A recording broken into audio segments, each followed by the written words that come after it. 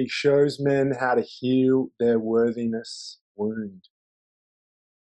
He's the founder of the Gathering of Men, an Australia-wide men's movement, and co-host of the Sex, Love and Everything podcast with his wife, Meg. Jacob's also the father of a newborn son and a rapidly growing community Australia-wide and potentially globally that he is ushering in right now in this present moment. That's what's led us together to connecting and speaking today. He serves the man out there who's ready to claim his power and embrace his masculinity to leave a legacy.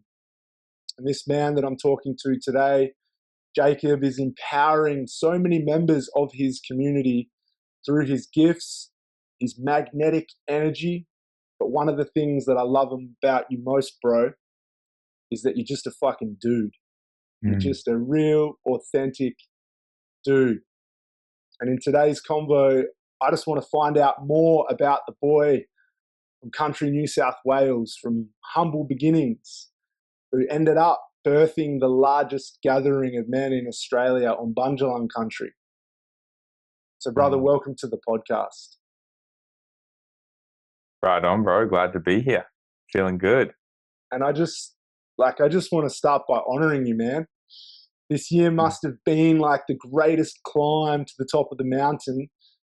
You know, we just rocked it with 200 men at the Gathering of Men, our big event that you run, that I participated in. And at that very same time, that very same moment, you weren't even there. You were at home welcoming your son into this world. So just tell us, bro, what's alive? What is this chapter like? Thanks for asking, man, and appreciate the honoring. And yeah, man, all those words I haven't been introed like that before, so it's a lot for me to receive. First and foremost, we were laughing before, Meg and I, around it's almost as if there's this new the worthiness wound has come up for me. You know, I'm not immune to the thing that I help men with. You know, I'm in the arena. And I realized pretty much the last 48 hours that this new chapter of fatherhood has just revealed a deeper layer of that worthiness wound. Of, putting everyone else before me, putting all things before me or above me. I'm putting myself last. So to surmise like this last little while, man, I have not achieved greater things in the last month than what I have achieved, and I've never doubted myself more in the last month than I have ever have. So it's this paradox of I've done the things that I said I was going to do, and for some reason it's as if I'm doubting myself more than ever before. And it's because the next layer of the vision, the next step on the journey wants to happen, and I'm like, I'm not sure if I can do it. I'm not sure if I can do it, and there's this uncertainty right now in my life that's causing me to really, really be with my own worthiness wound. Thank you, bro. There's me too. Me too. And I feel, you know, for whatever reason we want to conjure up, you know, that's why we're doing this podcast interview today, 1st of the 11th on the Scorpio new moon, and this whole theme of king and queen and union and masculine and feminine and receiving and giving. And I'm right there with you, bro. Like, I've been navigating huge, unprecedented amounts of unworthiness. And like, we can get there on this call. Who knows where we're going to take it? But I laid just here on the bed that you can't see in the shot yesterday and did a kinesiology session with my therapist online. And the word that came up was spoiled. It was like, you're spoiled. It was as a child growing up with, you're spoiled, you're so spoiled, you're so lucky that you get those things. And in that kinesiology session, it was like, no, you're abundant. Like, we are allowed to be abundant. And for you, like what you are creating or birthing or living and experiencing as a father, as a leader, as a visionary, it's abundance. It's like this new level of consciousness. And so stepping into fatherhood is no doubt bringing up a lot of that old programming and conditioning. And as you said so eloquently, you've got this amazing vision. You've experienced some beautiful successes this year, this chapter of your life. But at the same time, you're holding unworthiness, you're holding scarcity, you're holding worry. So, what can you tell us about the vision that you are holding? What's Tigom all about? What's Jacob all about? What's this thing that is driving you? So the beauty of podcasts is that I get to tell stories, and that's what I love to do. So, and I love to tell stories that have happened to me, or my stories. So then, like, I grew up in the country, and like I learned very strongly about the sense of community, to the point where we lived.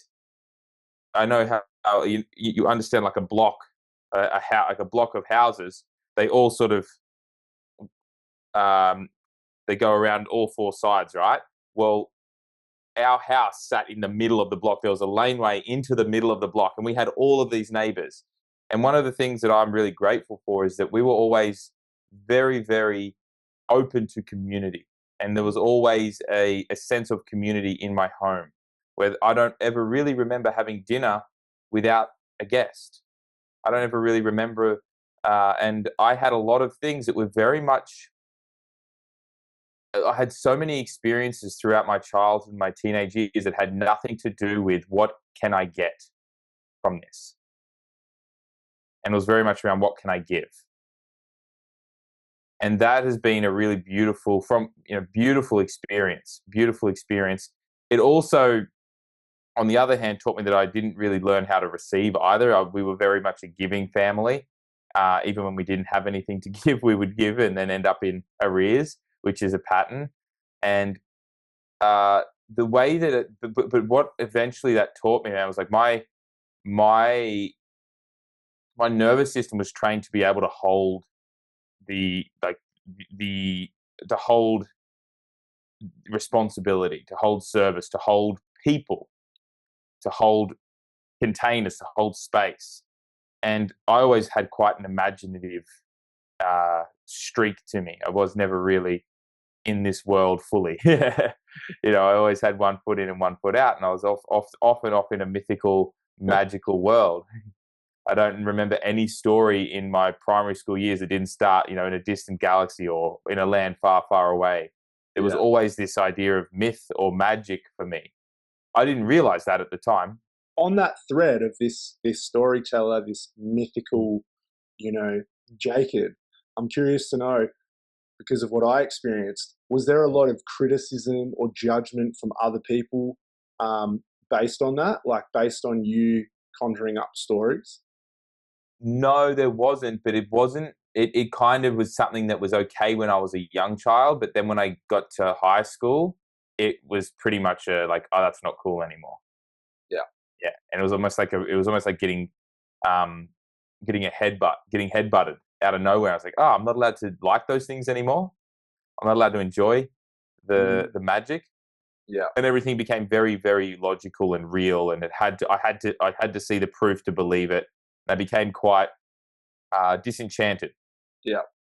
So that's what happened. Yeah.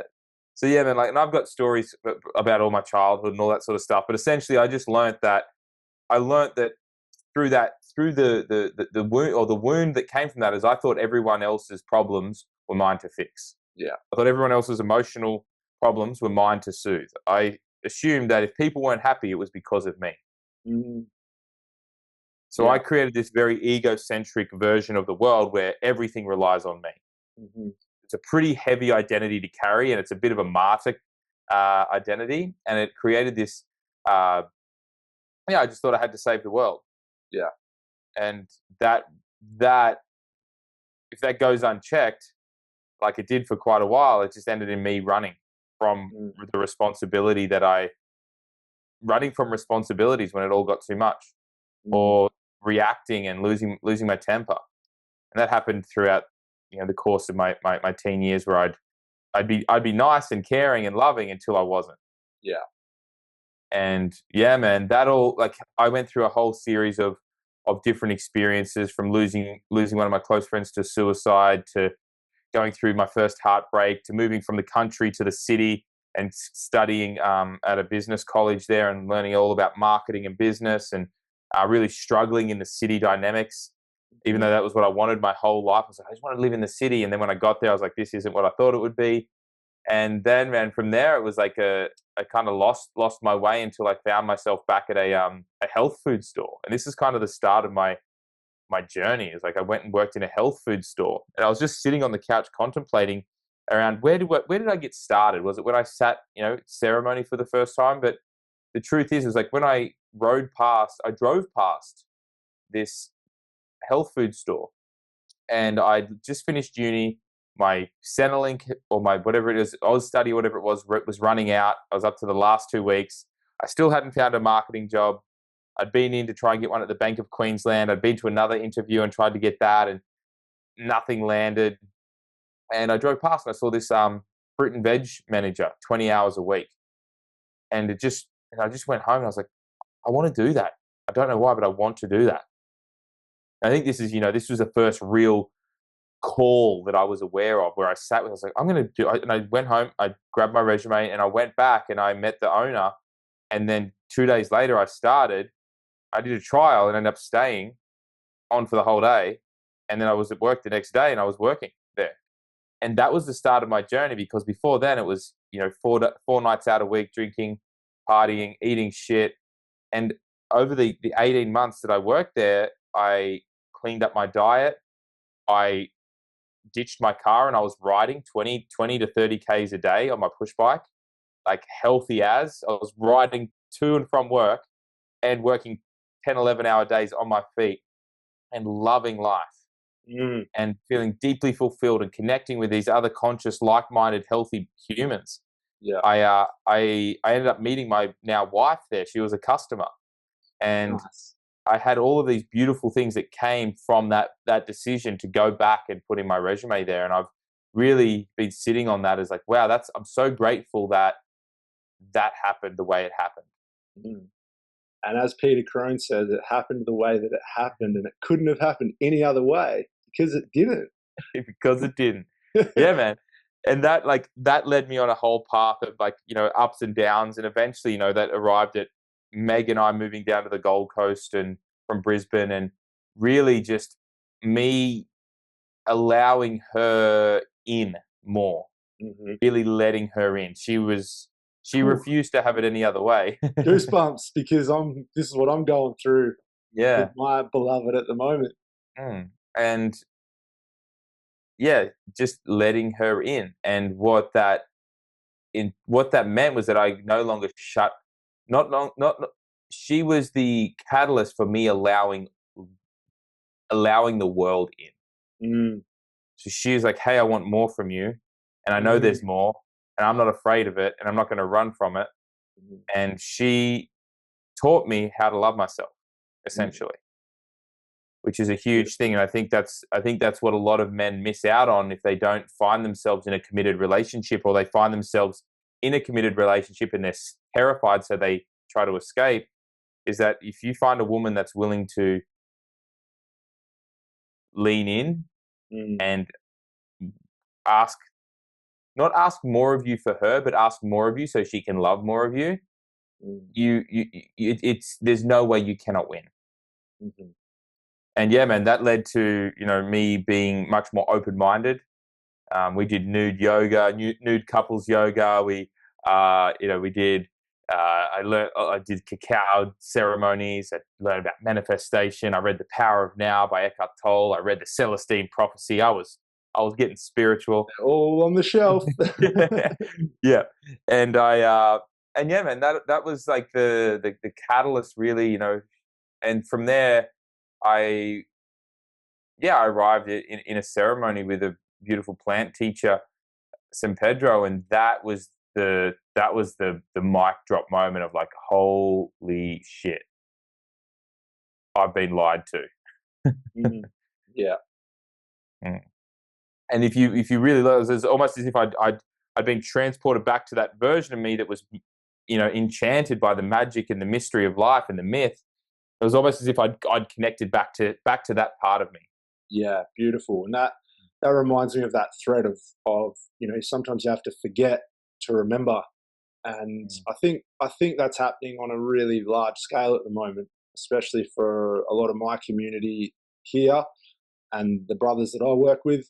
I'm not sure, what the theme is with the brothers that you work with, but there's this real, like, it's almost like an identity crisis of, holy shit, I used to love those things and now I'm not even doing those things anymore. Why am I not doing those things that I used to love? And like Mm-hmm. it's actually like really simple to tap back into those things like you said, healthy fruit and veg, like remind you don't need to go necessarily back and work in the health food shop, but Mm-hmm. just going back and seeing that shop or seeing that manager and saying like, hey man, I just wanted to recognize how big that was for me.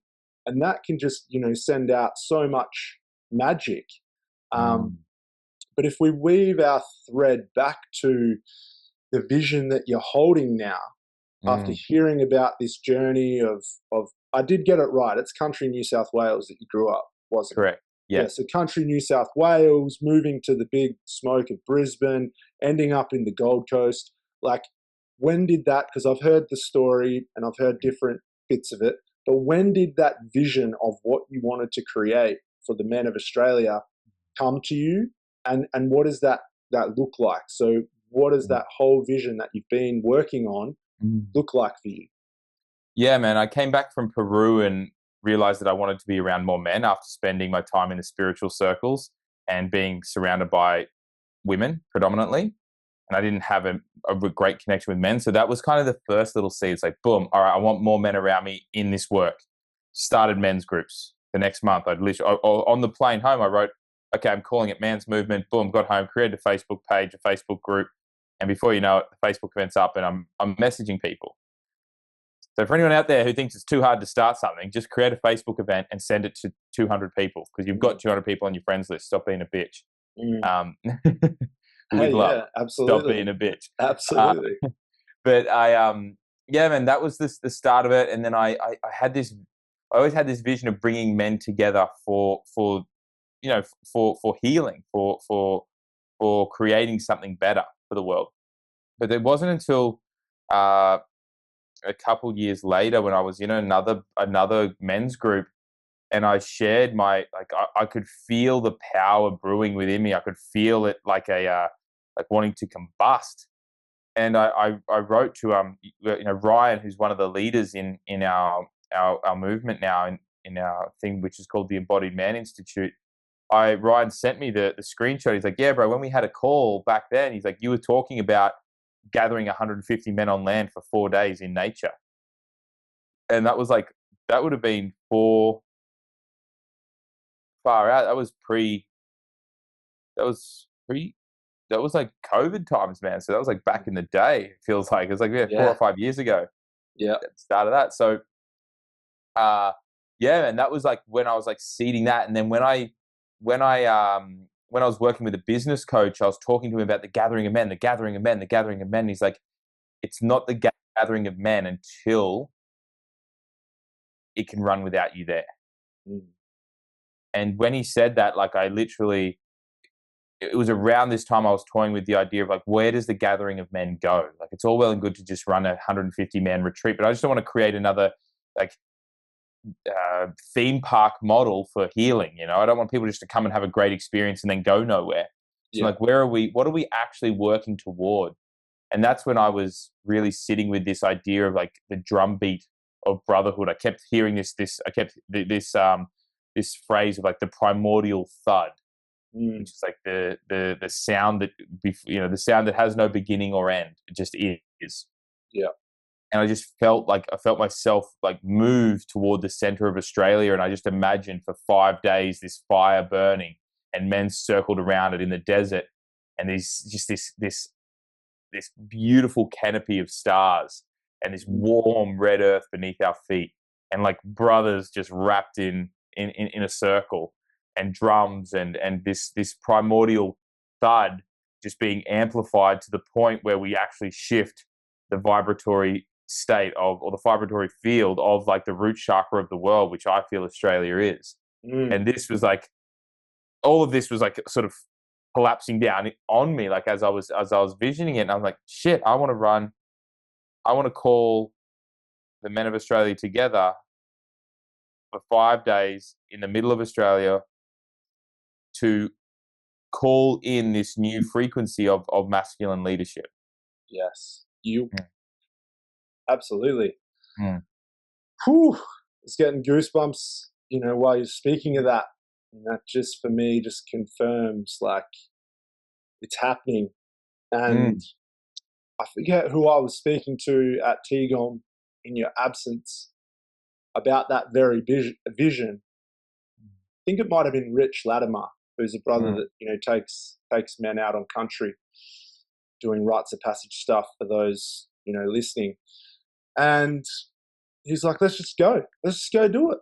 He's like, doesn't have to be 200 men or 5,000 men or whatever. He's like, let's just go. Whoever's keen, 20 of us, 30 of us, like, let's just go and do it. 5 days, 5 nights. And that seed, ripples. So it's a beautiful, beautiful vision. And it reminds me of one of my teachers in Peru. When we were sitting at Machu Picchu, we're actually at Huayna Picchu, watching Mm. over Machu Picchu. And he was articulating something to do with like the toroidal field of the earth and the energy coming through and out of Uluru and the energy coming through and out of Machu Picchu in this like toroidal frequency. And it was Mm. like polarities of like a positive and a negative pole and a masculine and feminine pole that like Mm. that thud. It's like the energy that's happening in South America, like boom, boom, boom, boom. The energy that's happening in Australia, boom, boom, boom. Like everyone's in ceremony together, just like raising the Schumann resonance of Gaia. And that's Mm. where if we were to go there, tap into that, create that experience, it's just sending that ripple effect, out. So it's beautiful. And Qigong, the gathering of men, was absolute magic this year. And I just commend you and the team for holding that vision, especially you, bro, amidst birthing of your boy on, I think we were in opening ceremony at the event. You were in opening ceremony with your son coming into the world. Like Yes. potent, potent, potent. And this first sort of series of interviews that I'm doing here are with people that I refer to as an earth warrior or somebody that's really a leader, an inspired visionary, like a guardian. And it requires courage and steadfastness to keep going and going, like you said, going the distance, trying again, getting, failing and getting back up. But you talked about masculine leadership there. And any form of leadership comes with the burdens and the blessings. It comes with the give and the take. So tell us about your role now as a leader of a rapidly expanding community and also a father. What does masculine leadership mean to you? Mm. The essence of like masculine leadership for me is like I've just literally did a post on it around like consciousness, courage, and capacity, and they all weave together. And I think for me, like the first step is always how conscious am I of what's going on right now? Because if I'm not conscious of what's moving in my life, in my internal world and the world around me, then how can I actually make a decision that is true? So that for me is like my relationship with spirit. Consciousness is like my relationship with like, cool, am I actually able to like be with what is and create enough stillness to be able to become aware of what is true for me and what is actually the next step on my path? Because otherwise I'm just going to react or respond or rush, and I'm going to do what others may think. I'm going to do what I think might be best or what is most logical. So for me, consciousness really is the ability to go beyond the feeling or the thought into the deeper well of truth. And that's a field, like I could hold a field of consciousness around me, but now that I've got a wife, I've got a son, I've got a business that wants to grow and scale. It's and I've got a community, and I've got a responsibility that my field of consciousness, I have to be really, really, really intentional with how I tend to that field of consciousness. Because if I'm not tending to my own consciousness, then how can I be aware of what's in it, what's moving through it, what is true, what is the story, what is vying for my attention that is distracting me from the truth. So consciousness is number one when it comes to masculine leadership. Number two is courage, which is inspired action. Now, any man can take action. I don't doubt that. And there's two types of action. There's this idea of courage, which is a stepping into the unknown, which is to really put yourself in a vulnerable position to give more, to in essence receive more. And a lot of men will balk at this point, which is essentially the threshold or the point of no return. This is classic initiation work. Yeah. And this is where the mind kicks in, and we see a lot of men in their logical mind say, actually, it's safer to just stay where I am. Actually, it's not that bad here. Actually, I'm just going to go back and do what I said, do this, because I'm actually not that unhappy. I'm not that happy, but I'm not that unhappy. So courage is, for me, is like, it's that I'm that motherfucker. That's my affirmation. When people say, when people are like, why are you doing what you're doing? I was like, because I'm that motherfucker. And that's where my like. Well, you made me think too. If you haven't got the consciousness, which was point number one, then it's not courage; it's stupidity. So Correct. If you haven't got that consciousness first, then you're just taking stupid decisions rather than having the courage to do that step into the unknown with trust. 100%. And this is where, if you don't develop consciousness, like, you'll stay at a job you don't like. You'll go on holidays with friends because they're going, not because you want to. You'll stay choose in to a go relationship because it's easy. Like, yep, exactly. You'll eat this food because that's what you've always eaten. So consciousness is an ongoing thing. Courage is something that we must cultivate and embrace. Courageous, like small moments and big moments of courage. And essentially, they're the moments we take a risk. I'm going to quit the job.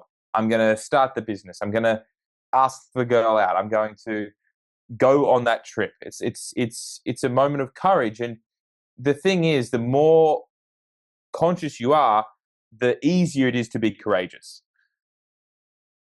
The less conscious you are, when a moment of courage presents itself, you're going to talk yourself out of it because you're not tending to your field. Simple. It's simple as that. Your field could be the chakra system. It could be like your channel, and you tend to that, and then that expands out, and then you tend to this part of your field, your relationship. So that's a whole nother topic. But the third one, bro, is capacity, and capacity really is your nervous system, and this is your ability to maintain a sense of openness and acceptance without needing to change what is. So capacity is, can I be with this? That's all it is. Can I be with this? Can I be with this debt that I've currently got? Can I be with this uncertainty in the lack of clients? Can I be with the uncertainty of whether she loves me or not? Can I be in the uncertainty of whether this job is for me or not? And that is a huge thing for men to, because men unnaturally have been conditioned to believe that certainty and comfort is true. It's real, but it's not true. There is no such thing as certainty. We all die. There's nothing that guarantees the next moment other than us arriving in it. So for me to continually grasp for certainty and control is folly. Mm-hmm. What we're looking for is to increase and cultivate capacity so we can be with what is. Because Yes. if we don't, when the things do happen, like the birth of a child, and you haven't cultivated the capacity, and you're not able to be with your woman dying as a maiden and becoming a mother, like, you're not going to be able to honor the true essence of what is occurring.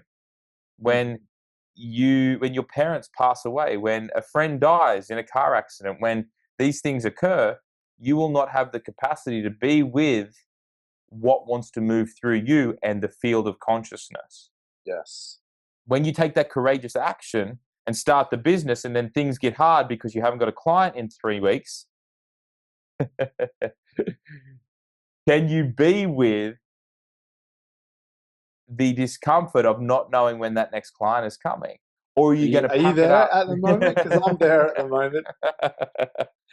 And it's like, can I be with this? And for me, that, that's real. Coming out of TGOM, it's like, oh, cool. Like, where's the clients now? What's my next thing? Fuck, I went all in on that. Now I've got to I need to, like, shift into new gears. And that's all part of my own maturation process as a leader and as an entrepreneur and as a businessman. But Yeah.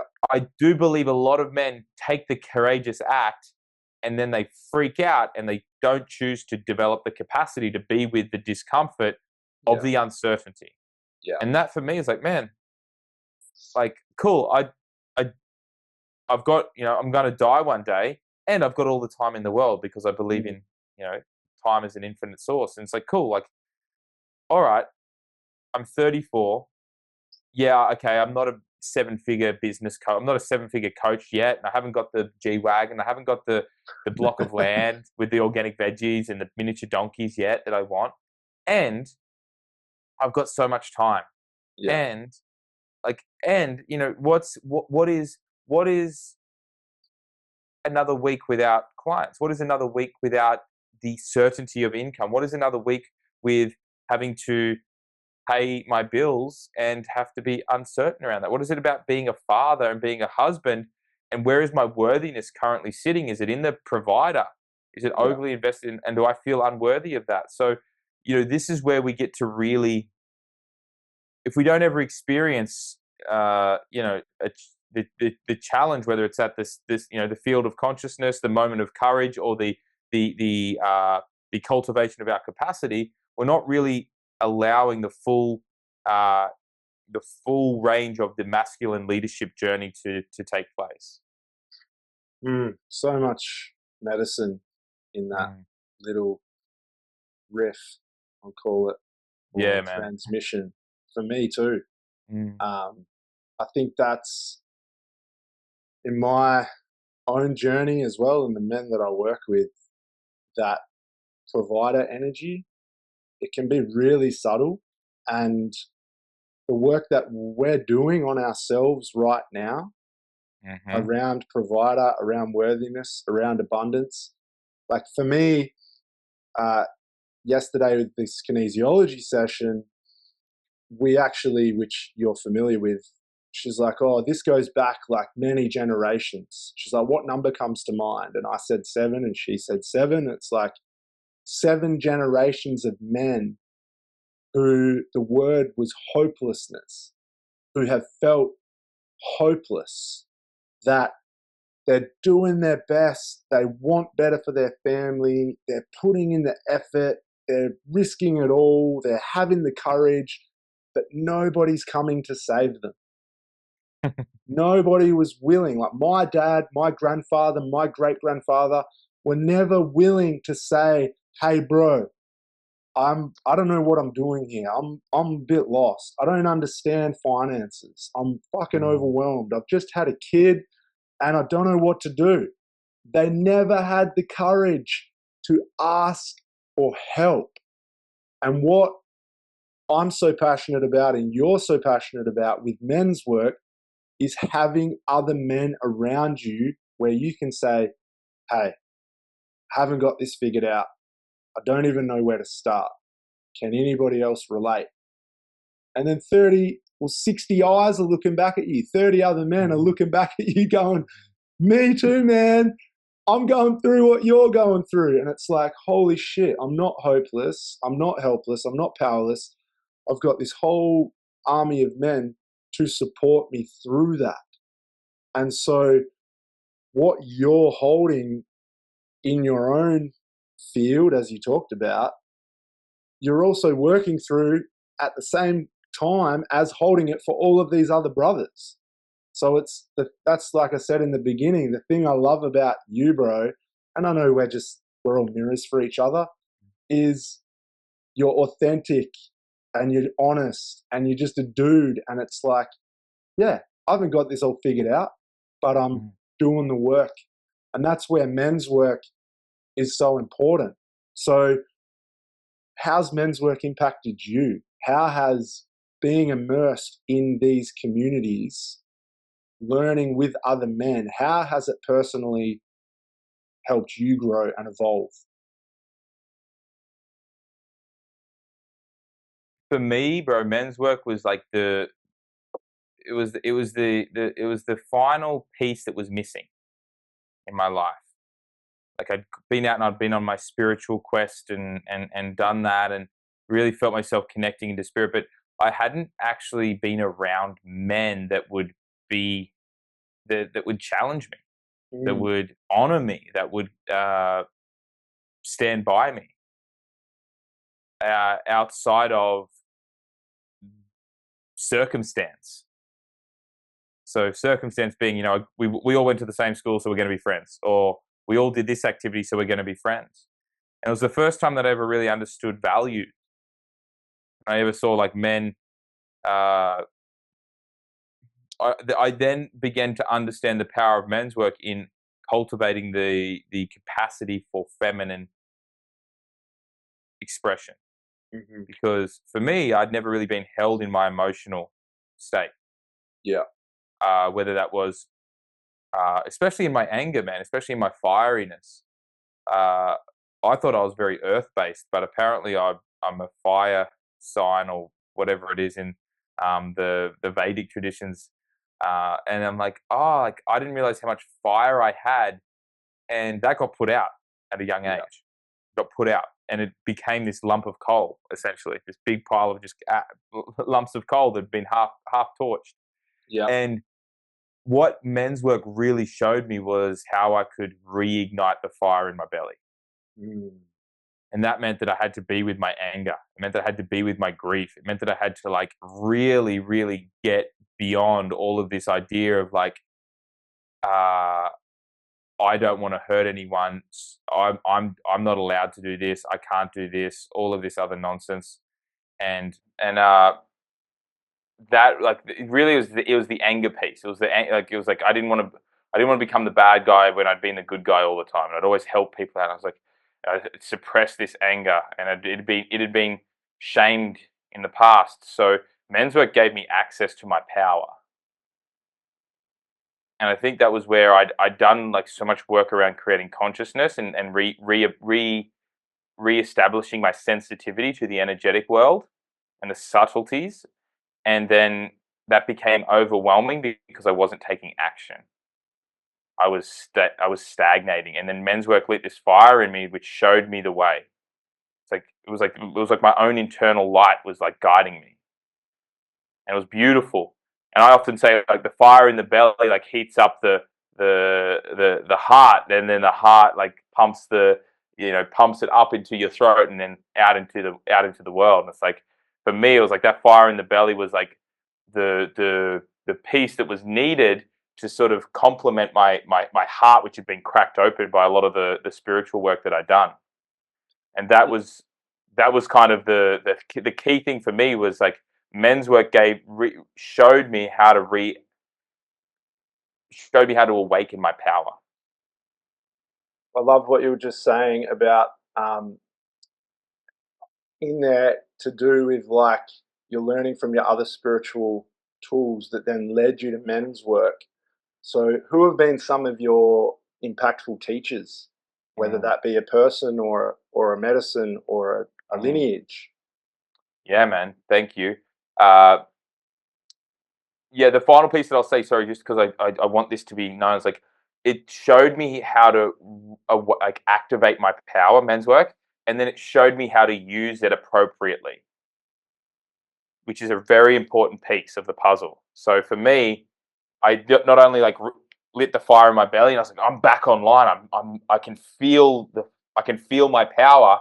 It was then, okay, here are your values, and here are the channels into which to use this power for the positive impact in the world, rather than for your own selfish gain or for your own gluttony or your own lustful. Like, so yeah, cool. You can have deep desires and have a rich life, but ensure that your power is in service to the high, up, like the most high. Yes. Yeah, And that, man. and on that thread, you know, that's where we talk about a lot of men that we work with have leaky energy, where this power that we have is leaking out in like anger, into drugs, into, you know, overworking, and it's because we haven't learned how to really work with that energy, that life force, that prana, chi, whatever you want to call it. And Mm. as you just described beautifully, like that's really the essence of a lot of the embodiment practices that we do, is how do you actually walk, talk, live in that essence of masculinity.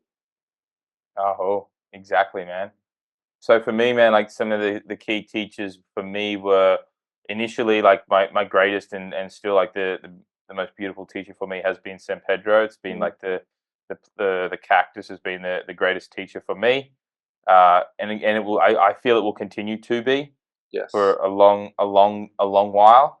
And obviously for me, just to really honor the protocols and the ceremonial aspect of these ceremonies, it's very much the a two-way street when working with these medicines, as you know, bro. But it's very much, how am I showing up to this Yeah. experience?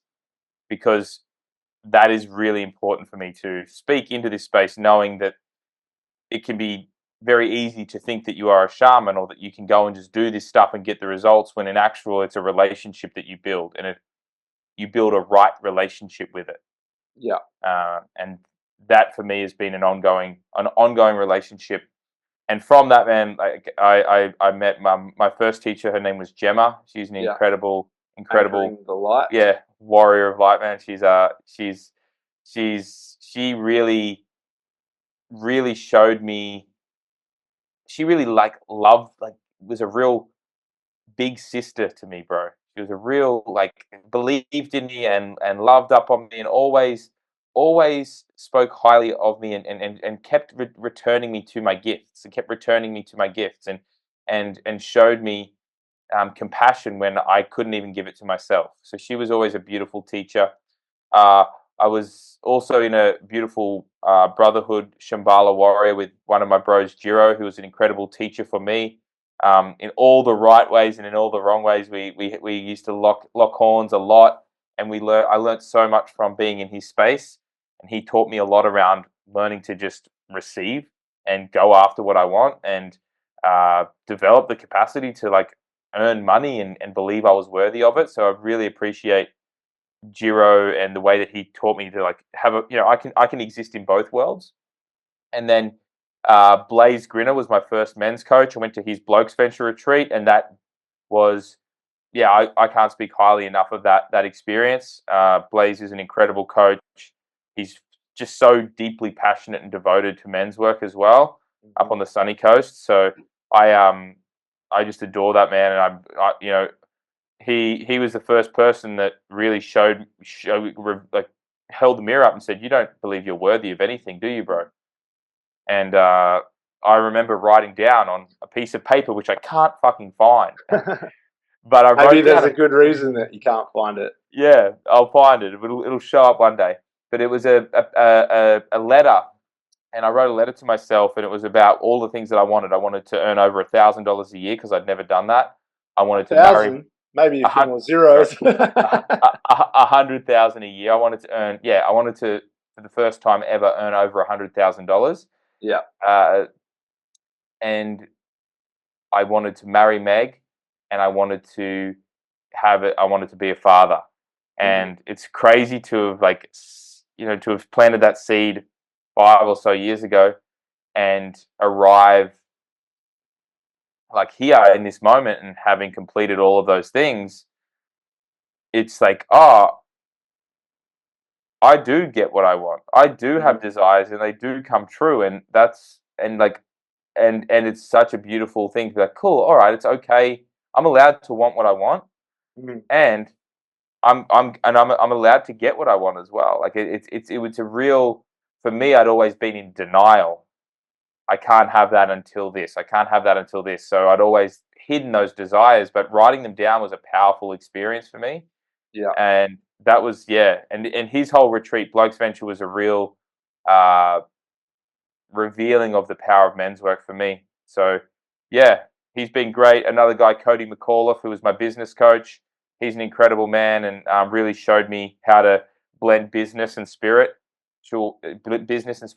together, which was beautiful.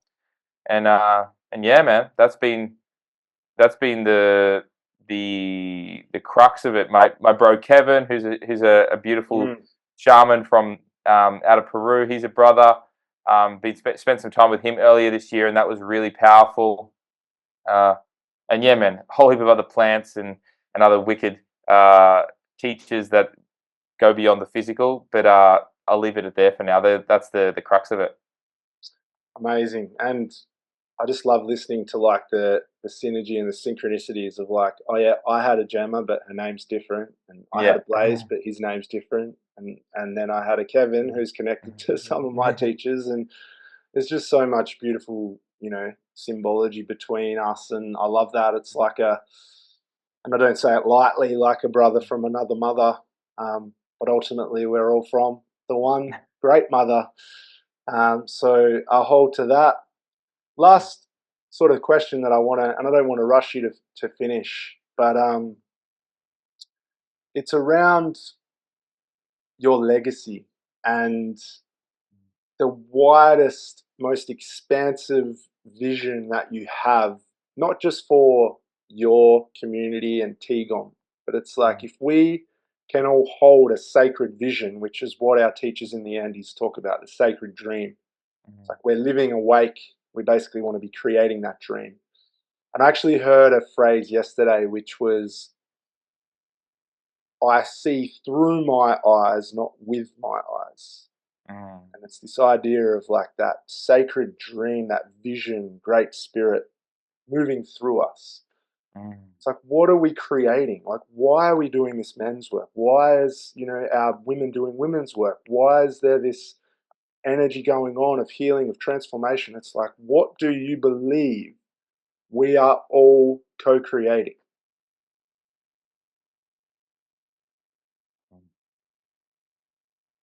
Or another way to frame it is like, what's your ideal vision of your son, Oshin, mm. the world that he gets to live in? Yeah. To know that he is not separate from anything he interacts with. Like I want like my legacy, bro, is if my vision, like if I think of my legacy, I want in 10 generations time my great great great great great great great great whatever it is grandson, I want him to go to the places that are sacred and ask to speak with me, and I want him to have enough openness to know that I'm there and I can speak with him through Mm, that sacred place. And for me, it's a spiritual connection. That's really what I believe is the sickness that's causing so much destruction as well. Is that there's this lack of spiritual connection, and there's a lot of uh, yeah, there's a lot of avenues to connect to spirit that are tainted, that are kinked, that are uh, filled with fucking poison. yeah, filled with poison, bro. Yeah. And there's so many. For me, it's like I just, yeah, I believe that, I truly just believe in this idea of if you have a spiritual connection, then you will be fed in a way that allows you to move through the world that is in right relationship with it, which really comes back to the guiding principle, which you know well, and I know well, and that we both learned from the end is this concept of irony, which is sacred reciprocity, which is that nothing goes one way. So when I do something, am I doing it to someone else or am I doing it to myself? Yes. And that doesn't mean that we don't get to have our, we don't have to, we do get to have boundaries and we do get to embrace the fierce kind of love. But for me, it's like, cool, my legacy is if I reduce the amount of separation between other and self for my lineage and for as many men as possible, I'll be grateful, man. And I don't intend to, I don't believe a vision is ever meant to be reached because I don't think we're ever going to be complete. And that's why with the gathering of men, we evolve every year. Every year, it's like, cool, let's go back to the drawing board, scrap that. How are we going to do it this year? Yeah. And we're going to continually use this as a way to break new ground and as a way to turn over the soil and not just do the same thing over and over again, because that's how we end up with ugly cities and we end up with monocrops. We end up with this efficient yet lifeless way of living. Yes. So I'm not here for efficiency and productivity. I'm here for connection and prayer, man. And I don't mean, I mean prayer as in a way of being, not in as I'm going to get down on my knees and put my hands together. Like I pray when I wash the dishes. I pray when I'm in my garden. I pray when I'm running. I pray when I'm nursing my son. I pray when I'm making love to my woman. I pray when I cook dinner. Like it's all an embodied prayer. It's me in right relationship with other. Make life a ceremony. Yes, because ceremony is life, and life is ceremony. Aho. Mm, Thank you, brother. Thank you yes, so man. much. We could easily carve out another hour, and there'll no doubt be a second episode one day. Yes, man. But I will put all the information, obviously, in the podcast links. But how can the good people, the good listeners, the Earth Warriors, how can they Mm. find you? How can they have more of you? Easy, bro. Hit me up on Instagram at the Jacob O'Neill right now, and yeah, we're gonna be launching something really cool. Our whole calendar for next year is going to be launching soon for the Embodied Man Institute, which will include a whole heap of different workshops and events leading into the Gathering of Men next year in October. And yeah, we've got a couple of cool, really awesome online things coming onto the scene in 15 days, which is super exciting Nice. to watch this space. Awesome, bro. I'll share that information, people. And that is it for today's episode.